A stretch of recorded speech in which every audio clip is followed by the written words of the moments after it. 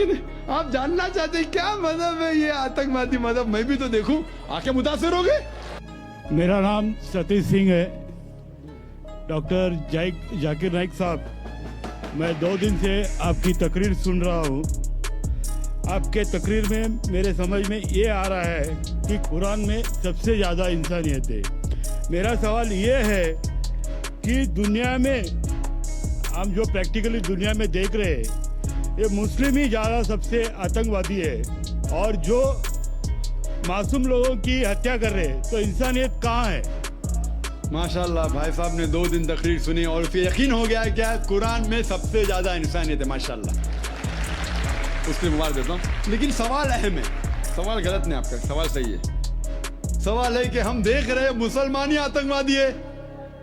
ये झगड़ा फसाद, मुसलमान फंडामेंटलिस्ट है, मुसलमान टेररिस्ट है, आतंकवादी है।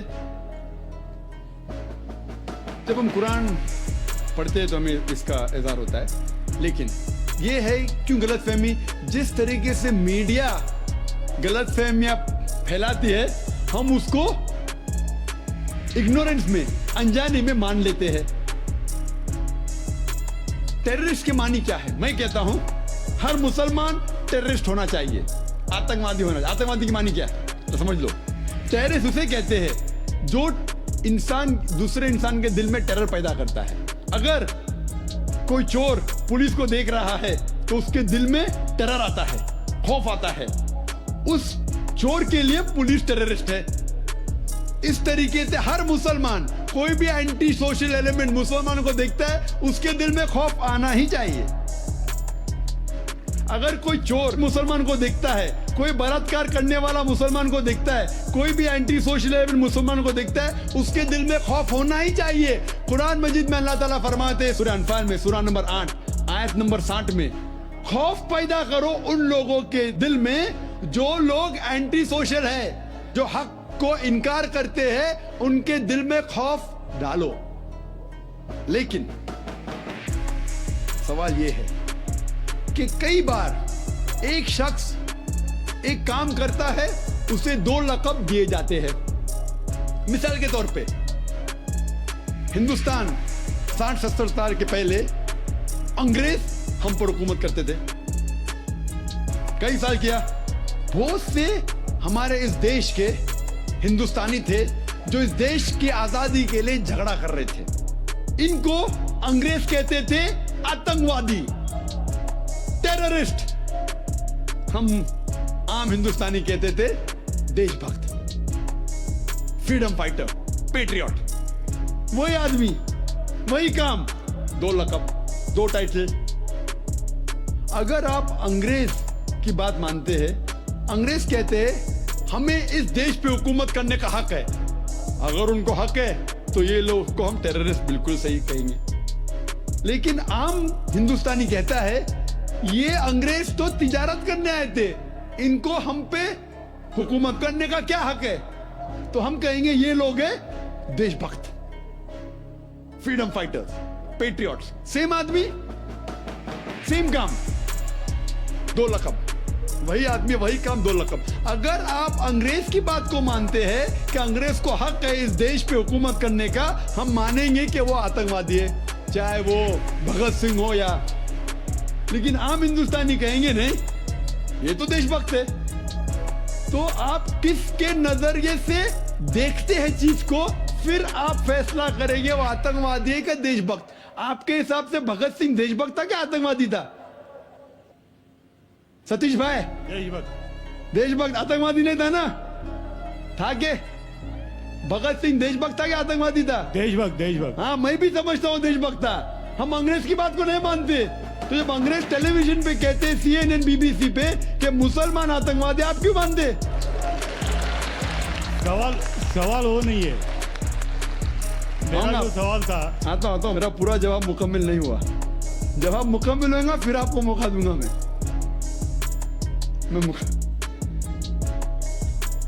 Nelson Mandela, old south African government जो थी, सफेद हुकूमत, वो नेल्सन मंडेला को टेररिस्ट नंबर 1 कहती थी।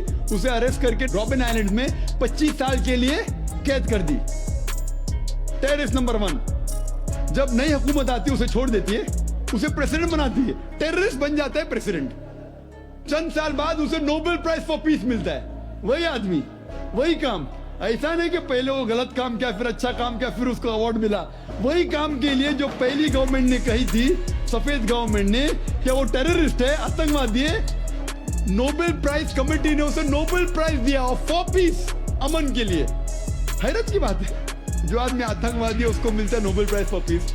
जो आदमी का पावर है, जो आदमी वो कहता है, लोग उसकी बात को मान लेते हैं इग्नोरेंस के अंदर, अनजानी में। लेकिन कुरान कहता है सूरह इसरा में, सूरा नंबर 17 आयत नंबर 81 में, वकुल जाल हक वज़ाकल बातिल इन्नल बातिल काना ज़हूका। जब हक बातिल से टकराती है, बातिल का सर्वनाश हो जाता है। ब्रिटिशर्स अमेरिकन के ऊपर हुकूमत करते थे। अमेरिकन रेवोल्यूशन हुआ 18 सदी में। ब्रिटिशर्स कहते थे, मैं लंदन गया था 2 महीने पहले, वापिस से जाऊंगा 2 हफ्ते बाद। वो बॉम्ब ब्लास्ट हुआ था ना, बॉम्ब ब्लास्ट हुआ था, पता है 7 जुलाई को।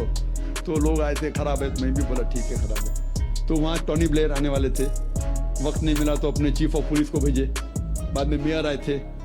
तो मैंने उनसे पूछा, आपकी इस देश ब्रिटिश गवर्नमेंट जब हुकूमत कर रही थी अमेरिकन गवर्नमेंट पे 18 सदी में, वो जॉर्ज वॉशिंगटन और बेंजामिन फ्रैंकलिन को टेररिस्ट नंबर 1 कहते थे, टेररिस्ट। उसके बाद जॉर्ज वॉशिंगटन बन जाता है प्रेसिडेंट ऑफ यूएसए, टेररिस्ट बन जाता है प्रेसिडेंट ऑफ यूएसए। वो गॉडफादर है, गुरु है किसका? जॉर्ज बुश का भी, ठीक है, जॉर्ज बुश का गुरु है। वो जो आतंकवादी आप कहते थे, उसके शागिर्द के दोस्त भी आप है। क्या बात है, आपका नजरिया क्यों बदल रहा है? आप कहते थे टेररिस्ट चंद सदी पहले, अभी आप उनके दोस्त थे। तो हमें यह तहकीक करना चाहिए कि क्यों उसको वो लक़ब मिला। अगर जो 11 सितंबर को हुआ था न्यूयॉर्क के अंदर, आप जो कह रहे हैं ना मुसलमान, उसके ऊपर जवाब तो अभी आ रहा है। ये तो खाली वो स्टार्टर्स बोलते ना, स्टार्टर्स, सूप पीते पहले तो जरा बराबर खाना खत्म होता है। मेन मील तो अभी है। मुझे एक शख्स ने पूछा था जब मैं ऑस्ट्रेलिया गया था, और इंग्लैंड के अंदर भी, doctor Zakir Naik, do you consider Bin Laden to be a terrorist? क्या बिन लादेन को टेररिस्ट मानते हैं? तो मैंने कहा, भाई मैं बिन लादेन को जानता नहीं हूं, मैं यही नहीं कह सकता हूं वो टेररिस्ट है क्या नहीं, अच्छा है क्या बुरा, मैं नहीं जानता हूं। कुरान में लिखा है सूरह हुजुरात में, सूरा नंबर 49 आयत नंबर 6 में, कि जब भी कोई बात कोई कहता है, पहला तहकीक करो, फिर दूसरे तक पहुंचाओ। अगर मैं CNN और BBC की बात मानूं तो मुझे कहने पड़ेगा कि बिन लादेन टेररिस्ट है, लेकिन मैं क्यों मानूं बात उनकी? क्योंकि मैं आदमी हूं जो घूमता हूं, मीडिया में जानता हूं माशाअल्लाह।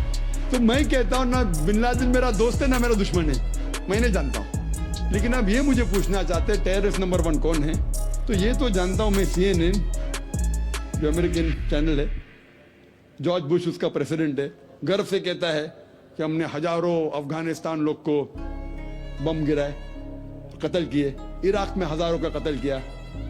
ठीक है, मान भी लो बहस के तौर पे बिन लादेन ने किया, मान लो, मैं नहीं कहता हूं, मान लो बिन लादेन ने किया कि 11 सितंबर को ट्विन टावर को अटैक किया और 3000 या 5000 लोग मरे।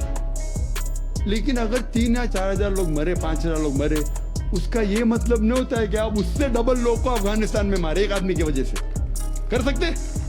अरे बिन लादेन को पकड़ के मारो ना, अगर मानना है तो। अगर उसने किया, सबूत है तो सबूत पूछते अफगानिस्तान गवर्नमेंट ने, मरने के सबूत क्या है, वो सबूत देता टोनी ब्लेयर को। है सबूत पूछ रहा अफगानिस्तान कि आप मुझे सबूत दो, सबूत क्या है तो हम उस पर तहकीक करेंगे, सजा देंगे उसको। वो सबूत देता है मुशर्रफ को, पूछ रहा है आपका। किधर का इंसाफ है ये? किधर का इंसाफ है? प्लेन भेजते हजारों लोग का कत्ल किए अफगानिस्तान में, इराक में। मैंने कहा यूके में, ऑस्ट्रेलिया में, यहां भी अगर टेररिस्ट नंबर 1 है तो जॉर्ज बुश है।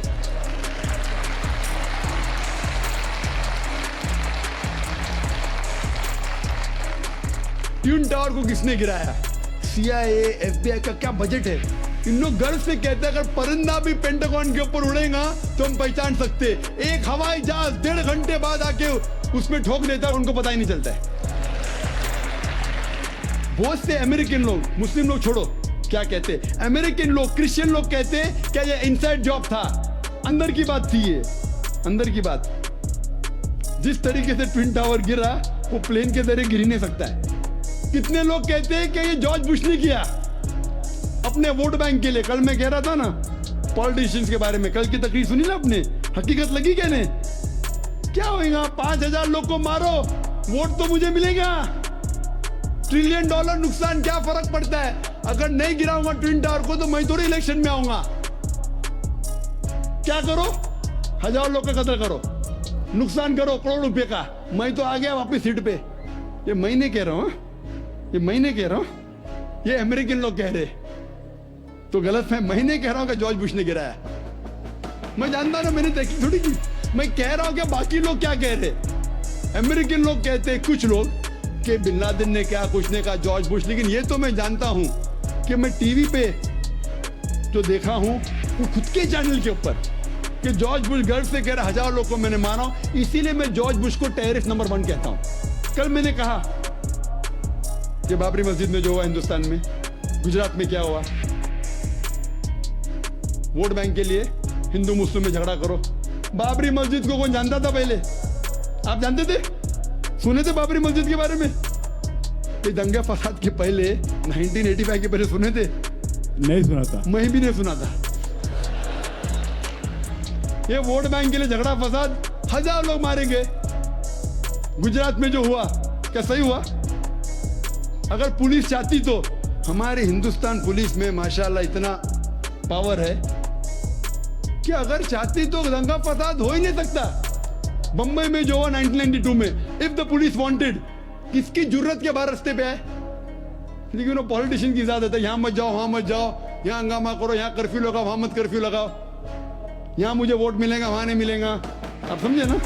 तो ज्यादातर चाहे इंग्लैंड में हो या अमेरिका में हो या हिंदुस्तान में हो, कोई भी पॉलिटिशियन हो, तो ये पॉलिटिशियन की हरकतों की वजह से, जैसा मैं कल कहा, तो लेबल लग गया अभी मुस्लिम लोग पे टेररिस्ट। अगर आप जानते गुजरात में कितने लोग के मां का अपने आंख के सामने बलात्कार हुआ, बलात्कार करने वाला पड़ोसी है,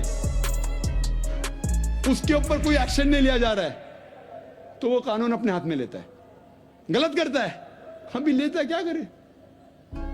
सब समझ रहे?